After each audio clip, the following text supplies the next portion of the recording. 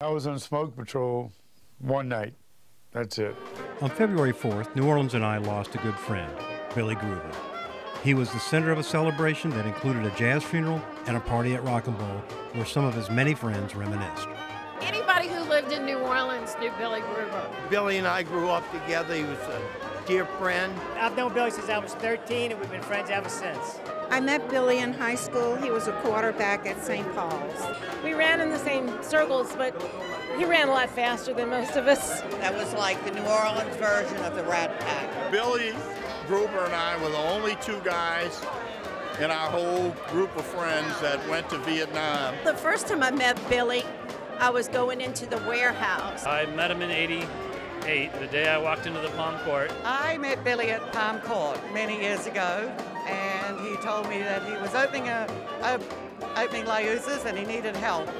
He was a great chef, self-taught, I might say. He said that he started cooking when he was about 10 or 11, that he loved it. He spent 24 hours a day creating new environments for people to go, enjoy New Orleans, enjoy the music. He and my husband and Frank Bua opened Mandy's. He went on to Palm Court Jazz Cafe.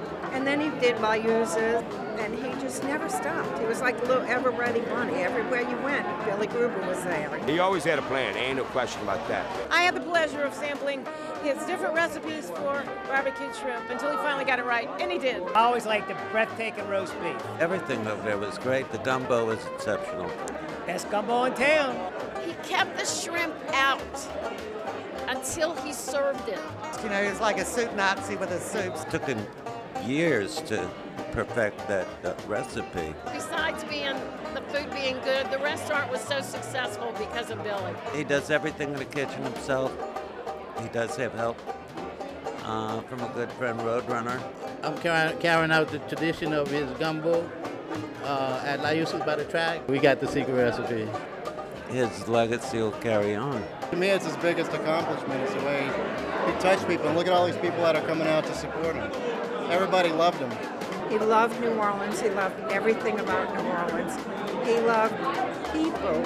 You didn't get to know a lot about him, but you had a lot of fun doing it. Just an adorable man. Just a real genuine guy. You don't get more genuine than Billy. When he looked at you, he looked into your soul. And he's always had a smile on his face. He was the happiest guy. He was a social butterfly. I'll love him and I'll miss him forever. He was a good man who'd be sorely missed.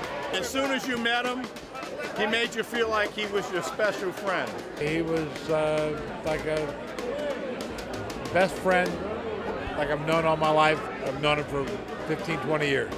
I feel very fortunate to have had him in my life. He always invited people in to enjoy music, life, food, fun, and help people on their way to where they want to go.